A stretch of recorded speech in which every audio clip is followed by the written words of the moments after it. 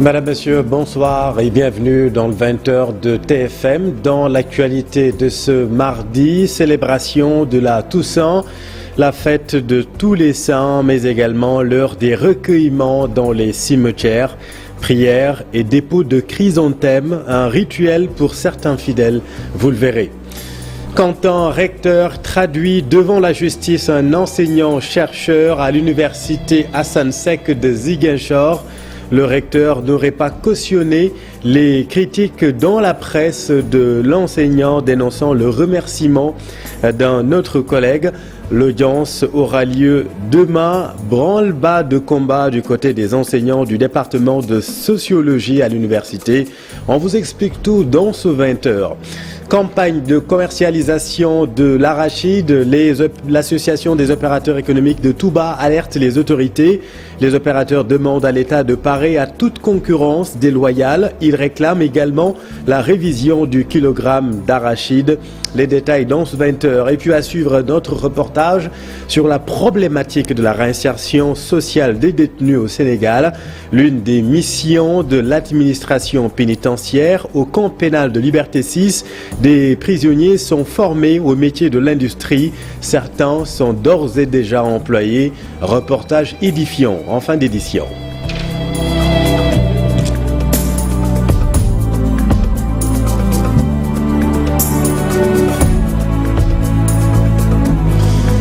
Mais d'abord, la communauté catholique célèbre la Toussaint. À cette occasion, tous les saints sont honorés. Une commémoration de la vertu divine et de la charité, nous dit Abbé Alphonse Biramdour, interrogé par Mam Biram Diouf. Nous célébrons la fête de la Toussaint, qui est une fête du calendrier liturgique de l'Église catholique. Il faudrait d'entrée de jeu dire que cette fête de la Toussaint ne se fonde ni sur les textes bibliques, ni sur la liturgie juive de l'époque, mais au fil des temps, l'Église a eu le besoin de pouvoir honorer des figures de la religion qui ont vécu un modèle de vertu, de charité, un modèle de générosité. Et l'Église commémore en cette fête l'assemblée des saints qui est constituée non seulement des saints canonisés, c'est-à-dire qui ont été reconnus officiellement par le magistère de l'Église, par l'autorité de l'Église, et institués comme des personnes donc dignes de vertu. La Toussaint, c'est également l'heure des recueillements dans les cimetières avec ce rituel pour certains fidèles. Dépôt de chrysanthèmes et prières, illustration au cimetière Saint-Lazare de Béthanie, Fatima Touré et Pape Sangodimbaye. Chapelet à la main, cette dame est venue se recueillir auprès des siens en ce jour saint. Chaque année damay ñëw te ci suba lay ñëw man fii laa dëkkoon Grand Yoff waaye léegi maa ngi dëkk Kër Massar dama ñëw siyaare sama seet bi ak sama jëkkër bi ci côté Bélé. Wow, lolo moma fi indi. Au cimetière Saint-Lazare de Béthanie, ils sont nombreux à sacrifier à cette tradition. Dépôt de gerbes de fleurs, embellissement des tombes, une manière de rendre hommage à leurs proches disparus et de prier pour le repos éternel de leurs âmes. Nous venons ici rendre hommage à nos frères, à nos amis qui nous ont précédés dans la gloire de Dieu.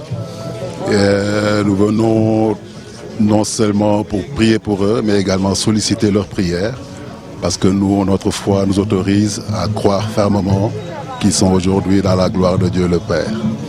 Je suis venue honorer mon fils qui est décédé il y a 6 ans.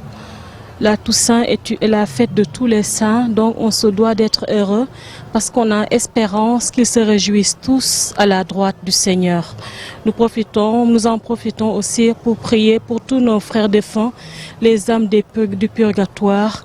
Puisse le Seigneur intercéder pour eux et leur faire accéder à la félicité éternelle. Le 1er novembre, un jour important dans le calendrier catholique. Occasion pour les fidèles d'honorer les disparus, mais aussi d'être reconnaissants envers le Seigneur. Merci Fatima. L'actualité, c'est aussi ce rendez-vous prévu demain, non pas à l'amphithéâtre, mais devant le tribunal, devant la barre entre le recteur de l'université Hassan Sek de Ziguinchor et un enseignant-chercheur. Le recteur a déposé plainte contre l'enseignant car ce dernier aurait dénoncé dans la presse le licenciement d'un autre collègue enseignant. L'audience aura lieu demain donc devant le tribunal correctionnel et du côté du corps enseignant au département de sociologie, c'est le branle-bas de combat. Il revendique le droit de s'exprimer librement sur les affaires de l'établissement. Voyez tout cela avec Lamine Mandiang et Lamine Ba. L'affaire dure depuis quelques mois et fait grand bruit. La plainte du recteur de l'université Hassan Sek de Ziguinchor pour propos diffamatoires contre l'enseignant-chercheur Jean-Alain Goudiaby qui lui reproche d'avoir ignoré toutes les règles dans le procédé de licenciement d'une de ses collègues du département de sociologie est en train de prendre en otage la bonne marche de l'institution universitaire. À quelques heures de l'audience du 2 novembre, c'est l'appel à la mobilisation de ses collègues devant le tribunal départemental de Ziguinchor. Des propos tenus en réponse à des journalistes ont valu au docteur Jean-Alain Goudiaby une sommation interpellative le 8 août et une citation à comparaître reçue le 10 août pour diffamation. Le recteur porte en plainte en son nom et au nom de l'université Hassan Sek de Ziguinchor. Une première dans les annales des universités sénégalaises. Cette audience du 2 novembre est en réalité une audience contre les libertés académiques. C'est une audience contre les valeurs qui fondent l'université. C'est une audience contre la censure dont nous faisons l'objet. La semaine dernière, ce sont les étudiants qui s'étaient impliqués dans ce bras de fer en s'érigeant en bouclier contre toute poursuite judiciaire visant le professeur Jean-Alain Goudiaby dans cette affaire. Les enseignants souhaitent que le reste de leurs collègues du SAES aussi fassent de même pour faire face à ce qu'ils qualifient de tentatives de musellement de la parole au sein de l'institution universitaire. Nous appelons aujourd'hui toute personne éprise de justice, de liberté d'opinion, de restauration des valeurs de l'université sénégalaise à se lever et à faire face contre les dérives autocratiques. Nous voulons dire à monsieur le recteur que sa position de recteur ne lui donne nullement le droit d'écraser un autre. Nous sommes des collègues, aucune honorabilité n'est au-dessus d'une autre. Nous ne le laisserons pas faire et faire advenir le projet funeste de destruction déjà bien avancé de notre université. Cette université nous appartient à tous et à toutes. Donc, nous rappelons qu'il faut rester mobilisé pour se retrouver le 2 novembre au tribunal correctionnel de Ziguinchor. Cette affaire, qui était banale au début, est en train de devenir nocif à la bonne marche de l'institution. Les médiations menées pour amener le recteur à retirer sa plainte et les assurances du concerné à accéder à cette requête n'ont pas calmé les ardeurs des enseignants du département de sociologie qui promettent de se mobiliser auprès de leurs collègues demain au tribunal départemental de Ziguinchor. Lamine, devant la barre également ce mercredi à Diourbel, cette fois le faux professeur de philosophie. Cet homme qui a été arrêté samedi a enseigné librement à Rufisque. Son procès est également prévu demain à Diourbel. Babacar Diouf. La mairie de Diourbel a mis fin aux agissements du présumé faux professeur de philosophie. Sékou Touré a été interpellé ce samedi en plein cours au groupe scolaire Mam Seynou Sey de Rufisque. Présentement en garde à vue à la gendarmerie de Diourbel, le prévenu sera présenté ce mercredi au procureur du tribunal de grande instance de Diourbel. Traqué suite à une plainte de l'académie de Diourbel, M. Touré a été mis aux arrêts par les hommes du commandant Diallo qui ont exploité un renseignement, lequel renseignement a permis la géolocalisation du prévenu dans un établissement scolaire situé à Rufisque. Recruté en 2015, le prévenu a d'abord enseigné au lycée de Taïf avant d'être déployé en renfort au lycée de Bombay-Serer. Dans ce dernier établissement, il restera 2 bonnes années avant de le quitter, il y a 5 ans de cela. Le professeur Touré a été débusqué suite aux audits sur le personnel enseignant effectués par le ministère de l'Éducation nationale. Comment a-t-il réussi à intégrer le système éducatif qui lui a établi son premier ordre de mission? Autant de questions dont les réponses vont démasquer d'autres faussaires dans le système. Merci Babacar. Embellir les écoles pour inciter les enfants à s'y rendre avec plus d'enthousiasme. Le concept est lancé par des jeunes volontaires dans le nord du Sénégal. L'idée a germé à Guy Dakar, c'est dans la région de Saint-Louis. Connais-tu ma belle école? C'est un reportage d'Ousseynou Diop et Habib Seck. École primaire installée au cœur du Waalo, plus précisément dans le village de Guy Dakar, l'ambiance est au rendez-vous. Les élèves se précipitent sur les bancs installés par des jeunes très engagés pour l'embellissement des établissements scolaires, des écoles des zones rurales. Au nom des élèves de l'école de Guy Dakar, nous remercions l'ADS qui vient de réfectionner notre école. Pour l'administration de l'école, c'est une bonne idée de maintenir les élèves afin de lutter contre le taux de déperdition très élevé à cause des travaux champêtres. D'améliorer un peu les conditions de vie des élèves, et surtout ensuite ça va impacter sur le travail. C'est la première expérience dans notre IF. Donc ça, on ne fait que saluer cette initiative. L'idée vient de ces jeunes. Depuis 4 ans, ils mènent le combat pour embellir les écoles avec des pneus et d'autres produits. Mais le soutien des autorités fait défaut. Pour montrer aussi l'importance et l'impact positif à l'endroit des apprenants et à l'endroit des instituteurs. Donc voilà, et il y a un manque criard de matériel comme nous le constatons. Donc nous avons mis nos moyens financiers et la population guidakaroise, les bonnes volontés, tout le monde a participé pour que nous ayons cette réussite-là. Ces jeunes qui veulent avoir dans le système éducatif d'autres types de Sénégalais ont invité les autorités à les accompagner pour l'embellissement de l'essentiel des écoles de la région nord. Eux montent d'un cran dans la protestation, en mouvement d'humeur depuis mi-septembre. Les travailleurs du secteur primaire décrètent une grève générale de 72 heures à compter de ce mercredi. Ils refusent la réduction de 50% proposée, vous le savez, par le gouvernement, car cela met en cause le principe du droit acquis, selon leur porte-parole Oumar Dramé, interrogé par Mambiram Diouf. Était à la fonction publique. Et véritablement, cette demande a été réitérée et nous avons donc décidé en toute responsabilité de lever le pied. Mais on avait pris les Sénégalais à témoin que donc cette fois-ci, nous allons prendre toutes nos responsabilités et venir donc accepter ce que le gouvernement nous a dit par rapport à notre mouvement d'humeur. Et si, au préalable, le gouvernement ne respecte pas ses engagements, nous allons encore donc déclencher notre mouvement d'humeur. Et cette fois-ci, je pense que les Sénégalais comprendront que donc c'est l'État qui a fait fi de ses engagements et nous ont poussé donc à reprendre véritablement notre grève. Et comme vous le savez, cette rencontre a donc créé en séance tenante une commission technique qui nous a appelés autour, n'est-ce pas, des différents points que nous avons mis sur table pour discuter et essayer de trouver une solution. Et cette commission donc a tenu sa première rencontre, une autre rencontre aussi le vendredi 21, donc pour essayer de voir quelles seront donc les solutions donc idoines à notre problème. Et il devrait se tenir à nouveau une rencontre plénière avec le gouvernement. Mais malheureusement, à notre grande surprise, cette rencontre première qui a été prévue le mardi 25 a été reportée donc le jeudi, puis le vendredi, et ce dilatoire de l'État, c'est ce que nous comprenons, ce que nous ne comprenons pas.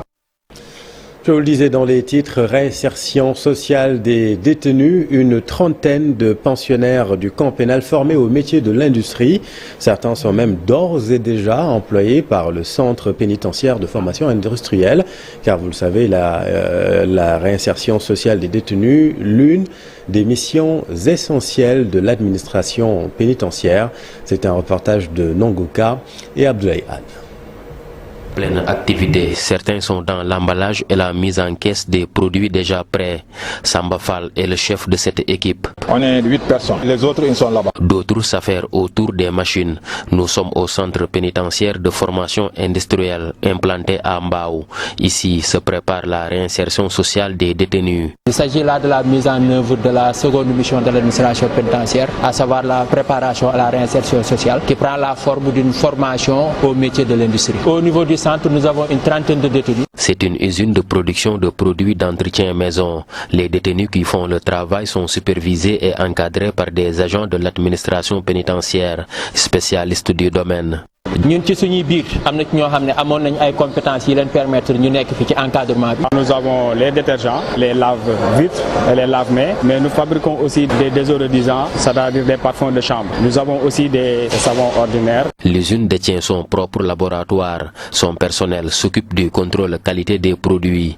Au niveau du laboratoire, nous effectuons là-bas les analyses. Nous avons un personnel pénitentiaire et un personnel civil, un personnel qualifié. Les ouvriers sont tous des pensionnaires du camp pénal de Liberté 6, mais ils ne travaillent pas sans rémunération. Ils reçoivent une rémunération qui est mensuelle. Tous les pensionnaires qui sont au niveau du centre ont fait preuve d'une très bonne conduite au niveau du camp pénal, ce qui a poussé nos collègues du camp pénal à nous les suggérer comme employés. Grâce à cette usine, Samba Fall parvient à subvenir aux besoins de sa famille. Il a même payé les fournitures scolaires de ses enfants cette année. Depuis que je suis là, j'ai en train de nourrir notre famille. Même l'ouverture des écoles, ma femme est venue, elle m'a parlé, j'ai pris de l'argent, je l'ai donné pour la fourniture, donc pour les enfants. Inaugurée en décembre 2021, c'est en janvier 2022 que l'usine a démarré la phase d'exploitation commerciale. Venons-en à la campagne de commercialisation de l'arachide. Les opérateurs économiques de Touba réclament une révision positive du prix de l'arachide. L'association demande également à l'État de parer à toute concurrence déloyale. Propos tenus lors d'une assemblée générale organisée dans la cité du mouridisme. Pape Balagaï est à la Samp. Tout comme les producteurs agricoles, les opérateurs économiques de Touba s'impatientent de voir le prix au kilogramme de l'arachide connaître une hausse, contrairement à la précédente campagne de commercialisation de l'arachide. Secrétaire administratif de l'Association des opérateurs pour le développement économique de Touba, Khadim Dieng défend cette thèse pour les raisons suivantes. Bon, là, on attend encore la proposition du Sénat. Peut-être le Sénat va réunir demain, lundi, pour faire une proposition sur le prix. Bon, cette proposition sera rapportée par le ministère de l'Agriculture au Conseil des ministres.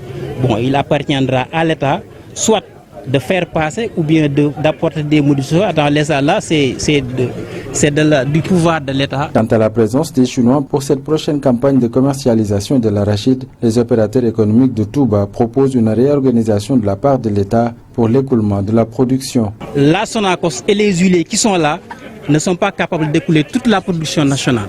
Donc il faut nécessairement l'entrée des Chinois sur le marché. Bon, là, ce que l'on souhaite, c'est une meilleure organisation de l'État pour que tout un chacun puisse trouver son compte et que toute la production nationale soit écoulée et que le produit ne soit pas gâté entre les mains des producteurs, n'est-ce pas, qu'il soit acheté à temps, qu'il n'y ait pas de mbapat. Un bilan positif tiré pour la campagne 2021, l'Association des opérateurs pour le développement économique de Touba invite la Sonacos à reconduire le même principe que l'année dernière afin de disposer à temps de leur investissement. Merci Pabala. Parlons de la justice climatique pour les femmes, un slogan scandé par une centaine de femmes à Fimela. Les femmes veulent être prises en compte dans les grandes initiatives qui luttent contre les changements climatiques. Reportage Aminata Goudiaby, Abdoukarim Bey. Plusieurs dizaines de femmes ont rallié Marloch, une île de la commune de Fimela, pour participer à cette marche. Elles viennent de la région de Fatick, de Mbour, de Bargny et du Burkina Faso. Ces femmes veulent se faire entendre pour ce qu'elles appellent une justice climatique. Et c'est l'ONG Lumière Synergie pour le développement qui les accompagne. Ou bien depuis longtemps, on parle de changement climatique. Et les communautés africaines, ce sont elles qui souffrent le plus aisément les femmes. On pense qu'il est temps que les femmes réclament cette justice climatique. C'est pourquoi LSD accompagne des communautés pour réclamer cette justice auprès des décideurs, auprès des bailleurs, auprès des... À Marloch, justement, les femmes de l'Union locale se battent depuis plus de 10 ans pour amoindrir l'impact des changements climatiques sur leurs activités de pêche. Elles ont créé une grande forêt de mangroves dans ce village et cette année encore 20 hectares ont été reboisés. On avait constaté que notre environnement s'est dégradé de jour en jour. On s'est dit, tiens, c'est nous qui devons régénérer notre environnement. On a pas mal de sites qui ont donné de résultats parce qu'on a plusieurs sites qu'on a reboisés et qui ont donné un résultat. Cette année-ci, on a reboisé 20 hectares dans différents sites. ces 20 hectares, on a mis 190 sacs de propagule. Et chaque sac de propagule contient 10 000 propagules. Cette marche climatique a aussi permis aux initiatrices d'évoquer l'exploitation du pétrole de Sangomar. Elle plaide pour une meilleure implication des femmes dans le processus. Nous sommes ici à Marloch. On sait que nous sommes là près de Sangomar. On aimerait que l'État fasse de sorte que ces projets-là ou bien l'exploitation soient redevables envers les communautés. C'est-à-dire que les communautés bénéficient de l'exploitation du pétrole. Mais aussi impliquer les femmes qui seront les principales victimes ou bien les plus vulnérables dans les centres de décision. Écoutez les femmes. Durant plus de 3 jours, Lumière Synergie pour le développement et bien d'autres experts ont échangé sur la place des femmes dans les changements climatiques. L'ONG est soutenue dans ses actions par la Banque africaine de développement. Merci Aminata, voilà c'est la fin de cette édition, merci infiniment de l'avoir suivi. Les programmes continuent sur TFM, restez avec nous, vous êtes au bon endroit. Bonne soirée.